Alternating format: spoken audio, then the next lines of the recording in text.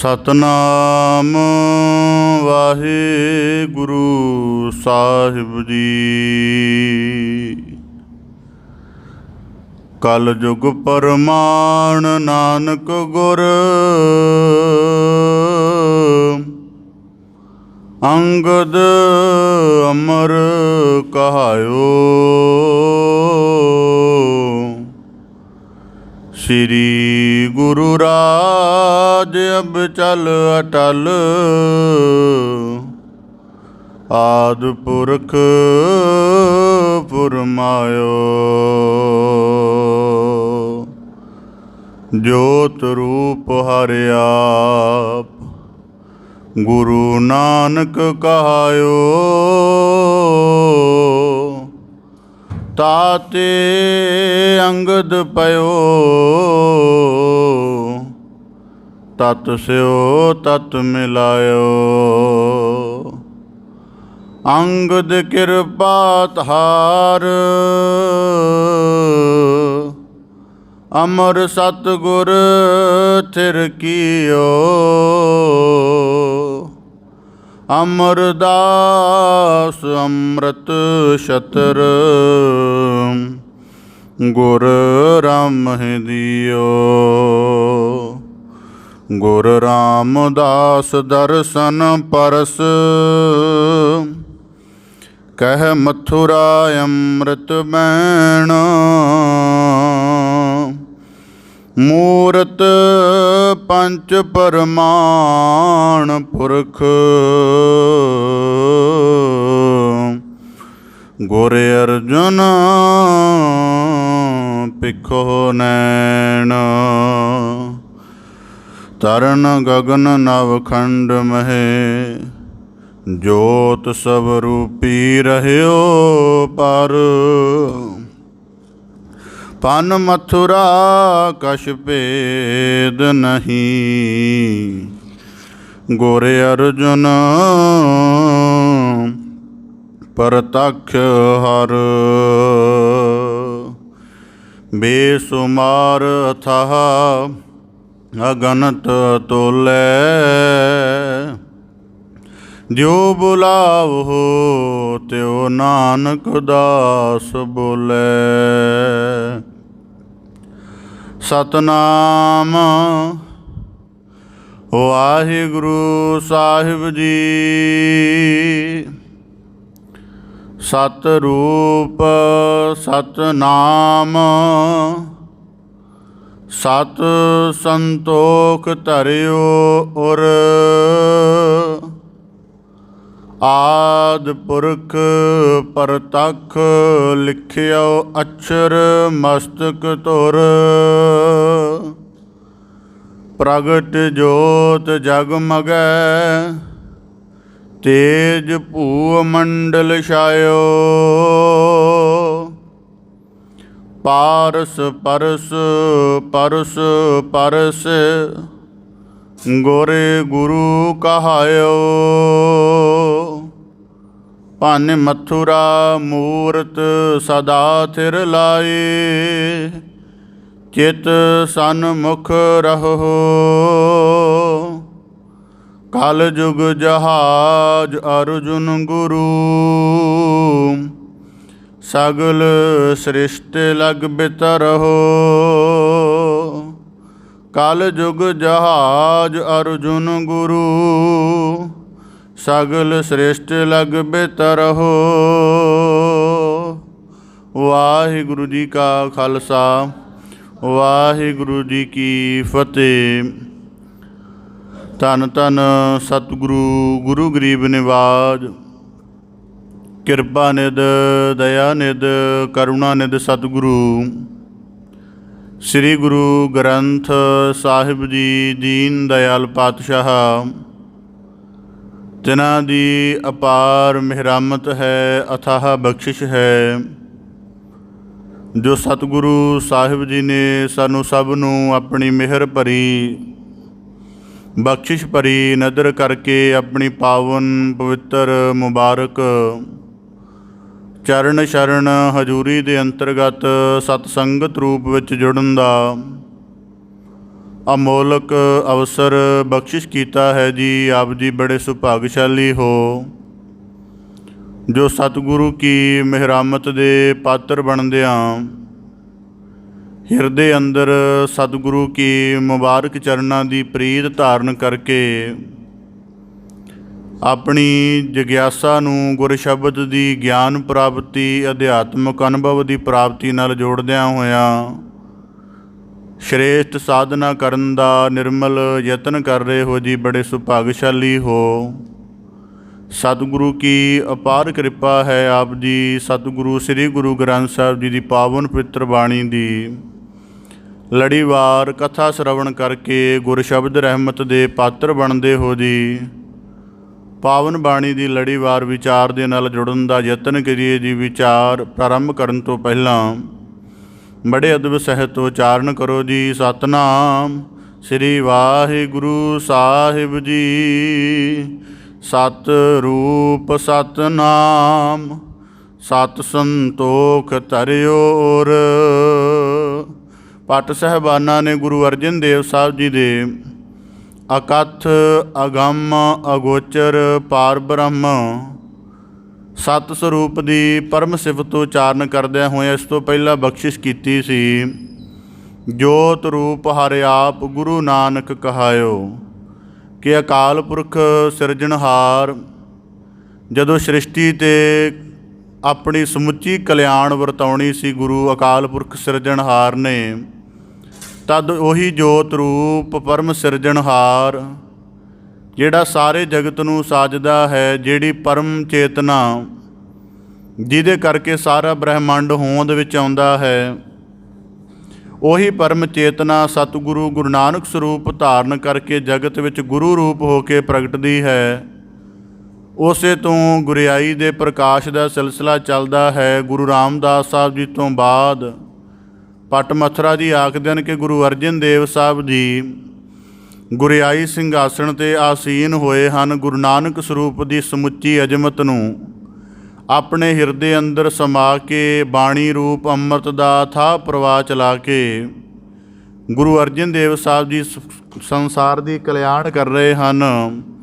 ਇਸ ਕਰਕੇ ਗੁਰੂ ਅਰਜਨ ਦੇਵ ਸਾਹਿਬ ਜੀ ਦੀ ਪਰਮ ਮੂਰਤ ਦੇ ਵਿੱਚ ਪੰਜ ਗੁਰੂ ਸਾਹਿਬਾਨਾਂ ਦੀ ਕਲਾ ਸਫੁਰ ਹੈ, ਪ੍ਰਗਟ ਹੈ। ਇਸੇ ਤਰ੍ਹਾਂ ਬਖਸ਼ਿਸ਼ ਕਰਦੇ ਹਨ। ਸਤ ਰੂਪ ਸਤਨਾਮ ਸਤ ਸੰਤੋਖ ਧਰਿਓਰ। ਕਿਉਂਕਿ ਗੁਰੂ ਜੋਤ ਦੇ ਦੋ ਪਰਮ ਸਰੂਪ ਹਨ, ਸਰਗੁਣ ਅਤੇ ਨਿਰਗੁਣ। ਜਿਹੜਾ ਸਰਗੁਣ ਸਰੂਪ ਹੈ ਉਹ ਸਾਡੇ ਦੁਨਿਆਵੀ ਜੀਵਾਂ ਦੇ ਲਈ ਬੜੀ ਵੱਡੀ ਨਵਾਜ਼ਿਸ਼ ਦਾ ਸਦਕਾ ਹੈ। ਕਿਉਂਕਿ ਜਦੋਂ ਮਨੁੱਖਾਂ ਦੀ ਸੁਰਤ, ਮਨੁੱਖਾਂ ਦੇ ਅਹਿਸਾਸ, ਮਨੁੱਖਾਂ ਦੀ ਬੁੱਧੀ ਅਕਾਲ ਪੁਰਖ ਪਰਮੇਸ਼ਰ ਦੇ ਸਰੂਪ ਨੂੰ ਸ਼ਬਦ ਦੁਆਰਾ ਨਹੀਂ ਬੁੱਝ ਸਕਦੀ ਜਾਂ ਉਹਦੀ ਕਿਰਪਾ ਦੇ ਪਸਾਰ ਨੂੰ ਆਪਣੇ ਜੀਵਨ 'ਚੋਂ ਸੂਖਮ ਢੰਗ ਦੇ ਨਾਲ ਨਹੀਂ ਪਛਾਣ ਸਕਦੀ, ਤਾਂ ਫਿਰ ਕੀ ਹੁੰਦਾ ਹੈ ਕਿ ਫਿਰ ਗੁਰੂ ਜੋਤ ਅਕਾਲ ਪੁਰਖ ਸਰੂਪ ਸਰਗੁਣ ਸਰੂਪ ਧਾਰਨ ਕਰਕੇ ਮਨੁੱਖਾਂ ਵਰਗਾ ਵੇਸ ਧਾਰਨ ਕਰਦੀ ਹੈ ਕਿ ਮਾਨਵਤਾ ਦਾ ਕਲਿਆਣ ਹੋ ਜਾਵੇ। ਇਸ ਕਰਕੇ ਪਰ ਭੱਟ ਸਾਹਿਬਾਨ ਜੀ ਜ਼ਿਕਰ ਕਰਦੇ ਹਨ ਕਿ ਨਿਰਗੁਣ ਸਤ ਸਰੂਪ ਸਰਗੁਣ ਸਰੂਪ ਦੇ ਵਿੱਚ ਵਿਚਰਦਿਆਂ ਹੋਇਆਂ ਵੀ ਗੁਰੂ ਸਾਹਿਬ ਜੀ ਆਪਣੇ ਪਰਮ ਸਰੂਪ ਨਿਰਗੁਣ ਦੇ ਵਿੱਚ ਹੀ ਅਭੇਦ ਰਹਿੰਦੇ ਹਨ। ਇਸ ਕਰਕੇ ਗੁਰੂ ਅਰਜਨ ਦੇਵ ਸਾਹਿਬ ਜੀ ਦੇ ਬਾਰੇ ਭੱਟ ਸਾਹਿਬਾਨ ਫਰਮਾਉਂਦੇ ਹਨ ਸਤ ਰੂਪ, ਕਿ ਗੁਰੂ ਅਰਜਨ ਦੇਵ ਸਾਹਿਬ ਜੀ ਨੇ ਪਰਮੇਸ਼ਰ ਦੇ ਸਤ ਰੂਪ ਨੂੰ ਹਿਰਦੇ ਅੰਦਰ ਵਸਾਇਆ, ਭਾਵ ਕਿ ਜਿੰਨੇ ਜਗਤ ਨੂੰ ਉਹ ਤੱਕਦੇ ਹਨ, ਜਿੰਨੇ ਰੂਪ ਬਾਹਰੀ ਤੌਰ 'ਤੇ ਨਜ਼ਰ ਆ ਰਹੇ ਹਨ, ਸਾਰੇ ਨਾਸ਼ਵਾਨ ਹਨ।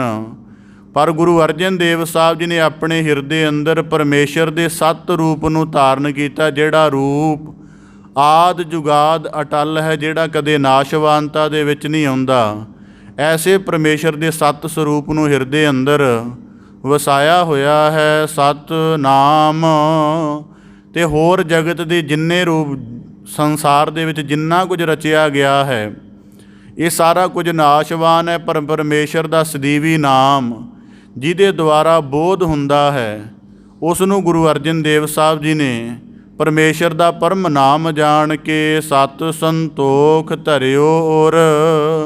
ਤਾਂ ਭੱਟ ਸਾਹਿਬਾਨ ਜੀ ਫਰਮਾਉਂਦੇ ਹਨ ਸਤ ਭਾਵ ਕਿ ਗੁਰੂ ਅਰਜਨ ਦੇਵ ਸਾਹਿਬ ਪਰਮ ਸਦੀਵ ਹਨ ਅਤੇ ਆਪਣੀ ਸਦੀਵਤਾ ਨੂੰ ਕਾਇਮ ਕਰਨ ਦੇ ਲਈ ਗੁਰੂ ਅਰਜਨ ਦੇਵ ਸਾਹਿਬ ਜੀ ਨੇ 7 ਸੰਤੋਖ ਗੁਣ ਆਪਣੇ ਹਿਰਦੇ ਅੰਦਰ ਧਾਰਨ ਕੀਤੇ ਹਨ। ਆਦ ਪੁਰਖ ਪ੍ਰਤੱਖ ਲਿਖਿਓ ਅਛਰ ਮਸਤਕ ਧੁਰ, ਕਿ ਜੋ ਆਦ ਪੁਰਖ ਅਕਾਲ ਪੁਰਖ ਕਰਤਾ ਹੈ ਉਹਨੇ ਗੁਰੂ ਅਰਜਨ ਦੇਵ ਸਾਹਿਬ ਜੀ ਨੂੰ ਆਪਣਾ ਪਰਮ ਸਰੂਪ ਥਾਪ ਕੇ ਤੇ ਪ੍ਰਤੱਖ ਪ੍ਰਕਾਸ਼ ਕੀਤਾ ਹੈ।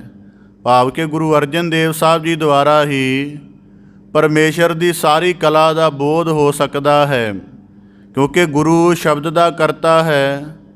ਗੁਰੂ ਦੇ ਅੰਦਰ ਸਾਰੇ ਬ੍ਰਹਿਮੰਡ ਦਾ ਤੇਜ ਸਮਾਇਆ ਹੋਇਆ ਹੈ।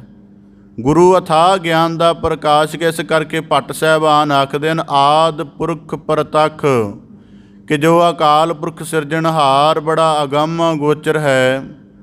ਆਮ ਨੇਤਰਾਂ ਦੇ ਨਾਲ, ਆਮ ਬੁੱਧੀ ਦੇ ਨਾਲ ਜਿਸ ਦੇ ਪਰਮ ਸਰੂਪ ਦਾ ਭੇਦ ਨਹੀਂ ਬੁੱਝਿਆ ਜਾ ਸਕਦਾ, ਕਹਿੰਦੇ ਉਸ ਸਰੂਪ ਨੂੰ ਪ੍ਰਤੱਖ ਰੂਪ ਦੇ ਵਿੱਚ ਅਕਾਲ ਪੁਰਖ ਨੇ ਪ੍ਰਗਟ ਕੀਤਾ। ਲਿਖਿਓ ਅਛਰ ਮਸਤਕ ਧੁਰ, ਕਿ ਗੁਰੂ ਅਰਜਨ ਦੇਵ ਸਾਹਿਬ ਜੀ ਅਕਾਲ ਪੁਰਖ ਦਾ ਪਰਮ ਸਰੂਪ ਹਨ। ਇਹ ਗੱਲ ਉਹਨਾਂ ਦੇ ਧੁਰੋਂ ਮਸਤਕ 'ਤੇ ਲਿਖੀ ਹੋਈ ਹੈ। ਪ੍ਰਗਟ ਜੋਤ ਜਗਮਗੈ ਤੇਜ ਭੂ ਮੰਡਲ ਛਾਇਓ।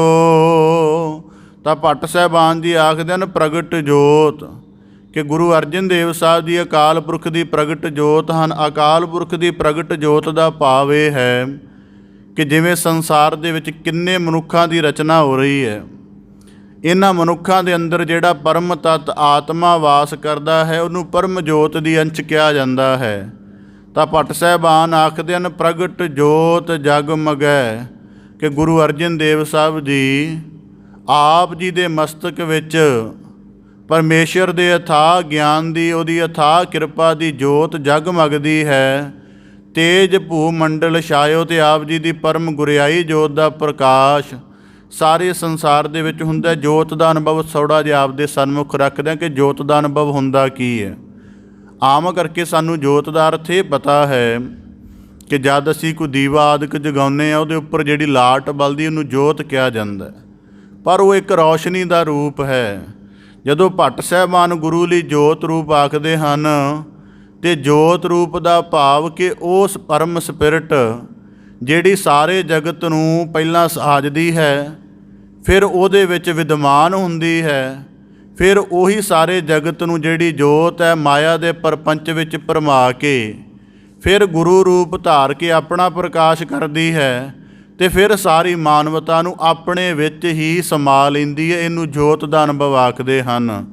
ਭਾਵ ਕਿ ਆਪੇ ਸਿਰਜਣਾ ਕਰਨੀ, ਫਿਰ ਆਪਣੀ ਸਿਰਜਣਾ ਦੇ ਵਿੱਚ ਆਪੇ ਹੀ ਸਮਾ ਜਾਣਾ, ਫਿਰ ਆਪਣੇ ਮਾਇਆ ਦੇ ਰਚੇ ਹੋਏ ਪਰਪੰਚ ਦੇ ਵਿੱਚ ਜਿਹੜਾ ਮਾਇਆ ਦੇ ਪਰਪੰਚ ਕਰਕੇ ਜੀਵ ਨੂੰ ਭੁਲੇਖਾ ਪਾ ਦੇਣਾ, ਅਤੇ ਜਿਹੜੀ ਮਾਨਵਤਾ ਉਹਦੇ ਤੋਂ ਦੂਰ ਚਲੀ ਜਾਣੀ, ਪਰ ਫਿਰ ਗੁਰੂ ਰੂਪ ਹੋ ਕੇ ਨਿਵਾਜਿਸ਼ ਕਰਨੀ ਅਤੇ ਆਪਣੇ ਗਿਆਨ ਦੇ ਪ੍ਰਕਾਸ਼ ਨਾਲ ਸਤ ਸਰੂਪ ਦਾ ਭੇਦ ਪ੍ਰਗਟ ਕਰ ਦੇਣਾ ਬਾਣੀ ਦੁਆਰਾ, ਅਤੇ ਫਿਰ ਆਪਣੇ ਦੇ ਵਿੱਚ ਭੇਦ ਕਰ ਲੈਣਾ। ਇਹਨੂੰ ਜੋਤ ਰੂਪ ਕਿਹਾ ਜਾਂਦਾ ਹੈ।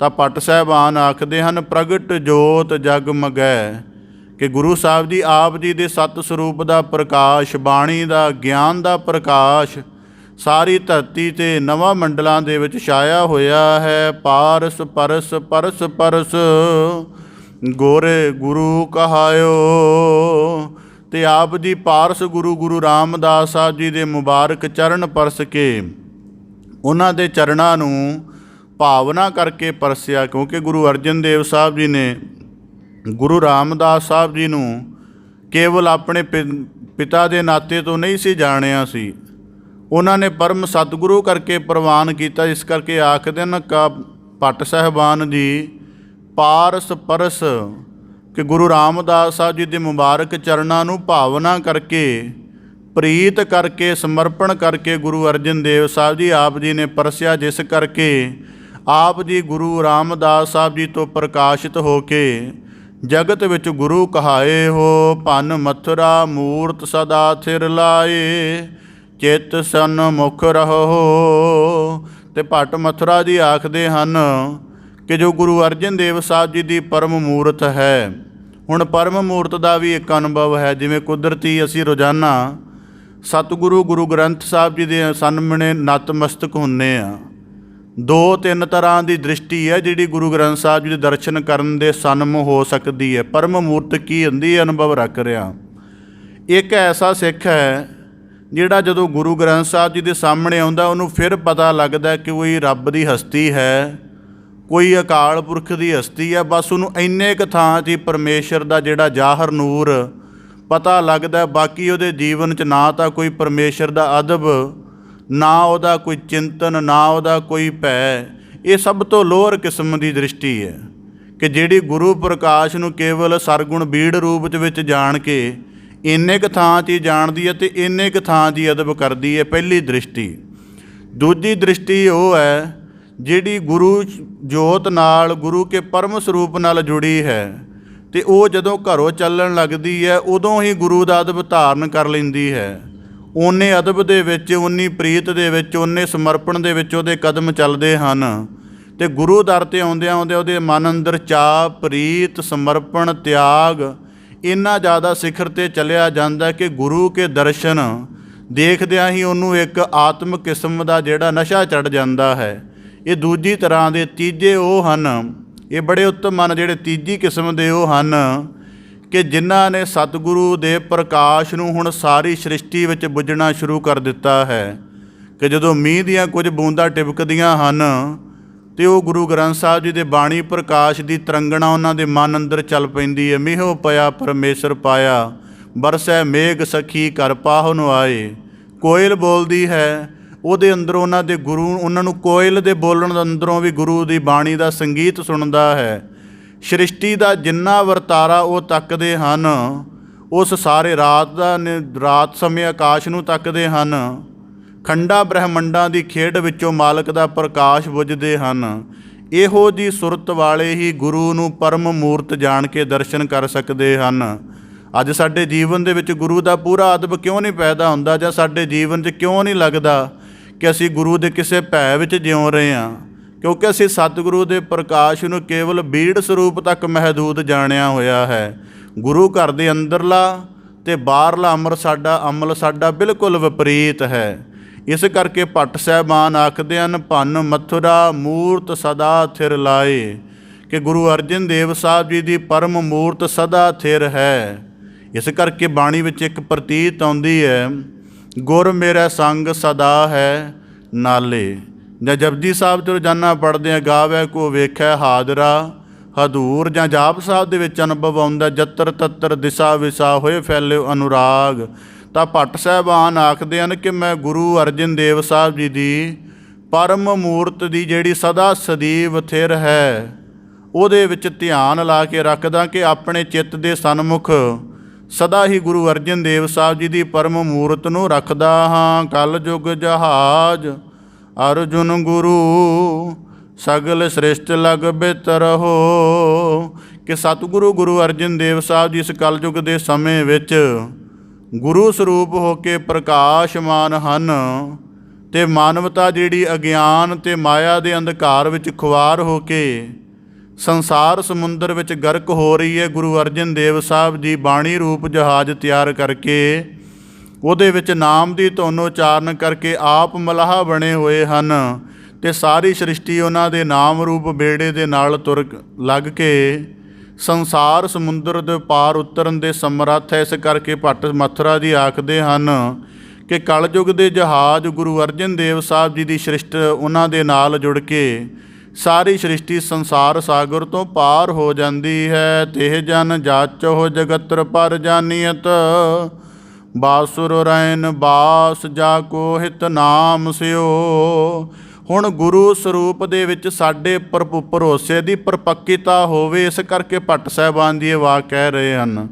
ਹੁਣ ਹੁੰਦਾ ਕੀ ਹੈ ਜੀਵਨ ਦੇ ਵਿੱਚ ਕਿ ਜਿਹੜਾ ਜੀਵਨ ਸੰਗਰਾਮ ਹੈ ਨਾ, ਇਹ ਸਦਾ ਇੱਕੋ ਜਿਹਾ ਨਹੀਂ ਰਹਿੰਦਾ। ਬੰਦਾ ਆਪਣੀ ਇੱਛਾ ਦੇ ਤਲ 'ਤੇ ਅਤੇ ਆਪਣੀ ਕਾਮਨਾ ਦੇ ਤਲ 'ਤੇ ਜ਼ਿਆਦਾ ਜਿਉਂਦਾ ਹੈ। ਜਿਸ ਤਰਫ ਉਹ ਇੱਛਾ ਜਾਂ ਕਾਮਨਾ ਪੂਰੀ ਹੋ ਗਈ, ਉਹ ਹੀ ਇਸ਼ਟ ਉਹਦੇ ਲਈ ਸਰਮੌਰ ਹੋ ਜਾਂਦਾ ਹੈ। ਕਿਸੇ ਦੇਵੀ ਦੇਵਤਾਨ ਦੀ ਪੂਜਾ ਕੀਤੀ, ਇੱਛਾ ਪੂਰਨ ਹੋ ਗਈ, ਜਾਣ ਲਿਆ ਕਿ ਪਰਮੇਸ਼ਰ ਦਾ ਹੀ ਪਰਮ ਰੂਪ ਹੈ। ਕਿਸੇ ਹੋਰ ਤਰ੍ਹਾਂ ਦੀ ਜਿਹੜੀ ਪੂਜਾ ਕਰ ਲਈ, ਉਹਦੇ ਵਿੱਚੋਂ ਕੋਈ ਇੱਛਾ ਕਾਮਨਾ ਪੂਰਤੀ ਹੋ ਗਈ, ਉਹਨੂੰ ਹੀ ਸਿਰਮੌਰ ਜਾਣ ਲਿਆ। ਪਰ ਭੱਟ ਸਾਹਿਬਾਨ ਆਖਦੇ ਹਨ ਕਿ ਪਰਮੇਸ਼ਰ ਦੀ ਵੱਡੀ ਹਸਤੀ ਨੂੰ ਜਦੋਂ ਉਸ ਛੋਟੇ ਰੂਪ ਵਿੱਚ ਸਮਝ ਕੇ, ਹੁਣ ਬਹੁਤਿਆਂ ਲਈ ਰੱਬ ਦਾ ਪ੍ਰਮਾਣ ਕੀ ਹੁੰਦਾ ਹੈ ਕਿ ਮੈਂ ਫਲਾਣੇ ਕਿਸੇ ਮਹਾਤਮਾ ਨੂੰ, ਕਿਸੇ ਇਸ਼ਟ ਨੂੰ ਮੰਨਦਾ ਹਾਂ, ਉਹ ਮੇਰੀਆਂ ਸਾਰੀਆਂ ਇੱਛਾ ਪੂਰੀਆਂ ਕਰੀ ਜਾਂਦਾ, ਬਸ ਉਹ ਮੇਰੇ ਲਈ ਰੱਬ ਹੈ। ਇਹ ਤਾਂ ਫਿਰ ਇੱਕ ਨਿਮਰ ਕਿਸਮ ਦਾ ਨਾਤਾ ਹੋਇਆ ਨਾ, ਕਿ ਤੇਰੀ ਲੋੜ 'ਤੇ ਹੀ ਰੱਬ ਆਧਾਰਿਤ। ਜੇ ਤੇਰੀ ਲੋੜ ਨਾ ਪੂਰੀ ਹੋਵੇ ਤਾਂ ਫਿਰ ਦੁਨੀਆ ਦਾ ਕੋਈ ਪੀਰ ਪੈਗੰਬਰ ਤੇਰੇ ਲਈ ਕਿਸੇ ਕੰਮ ਦਾ ਨਹੀਂ। ਇਸ ਕਰਕੇ ਭੱਟ ਸਾਹਿਬਾਨ ਆਖਦੇ ਹਨ, ਤੇਹ ਜਨ ਜਾਚੋ ਜਗਤਰ ਪਰ ਜਾਨੀਅਤ, ਕਿ ਉਸ ਗੁਰੂ ਸਾਹਿਬ ਜੀ ਦੀ ਜਾਚਨਾ ਕਰੋ, ਉਸ ਗੁਰੂ ਸਰੂਪ ਦਾ ਧਿਆਨ ਤਰੋ, ਜਿਹੜੇ ਸਤਿਗੁਰੂ ਸਾਹਿਬਾਨ ਜੀ ਬਾਸੁਰ ਰਾਇਨ, ਜਿਹੜੇ ਦਿਨ ਰਾਤ ਪਰਮੇਸ਼ਰ ਦੇ ਵਿੱਚ ਵਾਸ ਕਰਦੇ ਹਨ ਅਤੇ ਜਿਨ੍ਹਾਂ ਦਾ ਹਿੱਤ ਹਰ ਵੇਲੇ ਪਰਮੇਸ਼ਰ ਦੇ ਨਾਮ ਨਾਲ ਲੱਗਿਆ ਹੈ। ਹੁਣ ਕਦੇ ਜੀਵਨ 'ਚ ਭੁਲੇਖੇ ਵਿੱਚ ਨਾ ਰਹਿਣਾ। ਜੀਵਨ ਦੇ ਵਿੱਚ ਦੋ ਸਿਲਸਿਲੇ ਚੱਲਦੇ ਨੇ, ਇੱਕ ਸਾਡੇ ਭਾਗ ਦਾ ਸਿਲਸਿਲਾ, ਇੱਕ ਗੁਰੂ ਦੀ ਕਿਰਪਾ ਦਾ ਸਿਲਸਿਲਾ। ਭਾਗ ਦਾ ਸਿਲਸਿਲਾ ਇਹ ਹੈ ਕਿ ਜਿਹੜੇ ਪੂਰਬਲੇ ਕਰਮ ਜਿੰਨੇ ਕੀਤੇ ਹਨ ਉਹ ਜੀਵਨ ਦੇ ਵਿੱਚ ਪੱਕੇ ਤੌਰ 'ਤੇ ਚੱਲਣਗੇ। ਜਿਵੇਂ ਕੁਦਰਤੀ ਹੈ, ਕਈ ਵਾਰੀ ਮਾਤਾ ਪਿਤਾ ਭੈਣ ਭਰਾ ਸੰਬੰਧੀਆਂ ਦੇ ਨਾਲ ਜਰਾ ਜਿੰਨਾ ਤਾਲਮੇਲ ਨਹੀਂ ਬਣਦਾ, ਪਰ ਰਹਿਣਾ ਪੈਂਦਾ ਹੈ। ਇਹ ਪ੍ਰਾਰਬੱਧ ਕਰਕੇ ਮਿਲੇ ਹਨ। ਦੇਹੀ ਦੇ ਰੋਗ ਜਾਂ ਹੋਰ ਸਾਰਾ ਜੀਵਨ ਕੁਝ ਪ੍ਰਾਰਬੱਧ ਕਰਕੇ ਮਿਲਦਾ। ਇੱਕ ਹੁੰਦਾ ਪ੍ਰਾਰਬੱਧ ਵਾਲਾ ਜੀਵਨ, ਇੱਕ ਹੁੰਦਾ ਅੱਗੇ ਜਿਹੜਾ ਗੁਰੂ ਕਿਰਪਾ ਦੇ ਨਾਲ ਸਵਾਰਿਆ ਜਾਵੇ, ਅਤੇ ਗੁਰੂ ਸਿੱਖ ਦਾ ਜੀਵਨ ਆਪਣੇ ਸ਼ਬਦ ਦੇ ਦੁਆਰਾ, ਆਪਣੇ ਨਾਮ ਦੇ ਅਭਿਆਸ ਦੁਆਰਾ ਹੀ ਸਵਾਰਦਾ ਹੈ। ਇਸ ਕਰਕੇ ਭੱਟ ਸਾਹਿਬਾਨ ਆਖਦੇ ਹਨ ਕਿ ਜਿਸ ਗੁਰੂ ਨੂੰ ਸਾਰਾ ਜਗਤ ਜਾਚਨਾ ਕਰ ਰਿਹਾ, ਹੁਣ ਸਾਰਾ ਜਗਤ ਪਰਮੇਸ਼ਰ ਦੀ ਜਾਚਨਾ ਕਿਵੇਂ ਕਰਦਾ ਹੈ? ਕੋਈ ਉਸ ਨੂੰ ਅੱਲਾ ਆਖ ਰਿਹਾ, ਕੋਈ ਭਗਵਾਨ ਆਖ ਰਿਹਾ, ਕੋਈ ਰਾਮ ਆਖ ਰਿਹਾ ਹੈ, ਪਰ ਉਹ ਜਿਹੜੀ ਪਰਮ ਜੋਤ ਹੈ, ਭੱਟ ਸਾਹਿਬਾਨ ਆਖਦੇ ਹਨ ਕਿ ਗੁਰੂ ਅਰਜਨ ਦੇਵ ਸਾਹਿਬ ਜੀ ਦੇ ਰੂਪ ਵਿੱਚ ਵਾਸ ਕਰਦੀ ਹੈ। ਅਤੇ ਗੁਰੂ ਅਰਜਨ ਦੇਵ ਸਾਹਿਬ ਆਪ ਉਸ ਪਰਮੇਸ਼ਰ ਦੇ ਨਾਮ ਦਾ ਭੇਦ ਦੇ ਕੇ ਸੰਸਾਰ ਦੀ ਕਲਿਆਣ ਕਰਦੇ ਹਨ। ਪਰਮ ਅਤੀਤ ਪਰਮੇਸ਼ਰ ਕੈ ਰੰਗ ਰੰਗਿਓ, ਬਾਸਨਾ ਤੇ ਬਾਹਰ ਪੈ ਦੇਖੀਅਤ ਧਾਮ ਸਿਓ। ਤਾਂ ਭੱਟ ਸਾਹਿਬਾਨਾਂ ਨੇ ਗੁਰੂ ਅਰਜਨ ਦੇਵ ਸਾਹਿਬ ਜੀ ਲਈ ਸ਼ਬਦ ਵਰਤਿਆ ਪਰਮ ਅਤੀਤ। ਹੁਣ ਇੱਕ ਅਤੀਤ ਹੁੰਦਾ ਹੈ ਕਿ ਜਿਹੜਾ ਚੀਜ਼ਾਂ ਨੂੰ ਛੱਡ ਦੇਵੇ, ਪਰ ਭੱਟ ਸਾਹਿਬਾਨ ਆਖਦੇ ਹਨ ਪਰਮ ਅਤੀਤ। ਇਹਦਾ ਭਾਵ ਜਦੋਂ ਗੁਰੂ ਅਰਜਨ ਦੇਵ ਸਾਹਿਬ ਜੀ ਸ਼ਹਾਦਤ ਦੇ ਅਨੁਭਵ ਵਿੱਚ ਉਤਰੇ ਸਨ, ਕੇਵਲ ਉਹਨਾਂ ਦੀ ਉੱਥੇ ਦੇਹ ਵਿਦਮਾਨ ਸੀ, ਨਿਰਗੁਣ ਸਰੂਪ ਉਹਨਾਂ ਦੇ ਆਪਣੇ ਅਸਲ ਦੇ ਵਿੱਚ ਅਭੇਦ ਹੋ ਚੁੱਕਿਆ ਸੀ। ਅਤੇ ਆਖਦੇ ਹਨ ਪਰਮ ਅਤੀਤ, ਸਭ ਤਰ੍ਹਾਂ ਦੀਆਂ ਜਗਤ ਦੇ ਸਾਰੇ ਸਿਲਸਿਲੇ ਤੋਂ ਅਤੀਤ ਪਰਾਂ ਹੋ ਕੇ ਪਰਮੇਸ਼ਰ ਦੇ ਰੰਗ ਵਿੱਚ ਗੁਰੂ ਅਰਜਨ ਦੇਵ ਸਾਹਿਬ ਜੀ ਰੰਗੇ ਹਨ, ਸਾਰੀ ਵਾਸ਼ਨਾ ਤੋਂ ਪਰਾਂ ਹਨ। ਪੈ ਦੇਖੀਅਤ ਧਾਮ ਸਿਓ, ਪਰ ਫਿਰ ਵੀ ਗ੍ਰਸਤ ਵਿੱਚ ਰਹਿ ਕੇ ਸਾਰੇ ਸੰਸਾਰ ਨੂੰ ਨਿਵਾਜਿਸ਼ ਕਰਦੇ ਹਨ।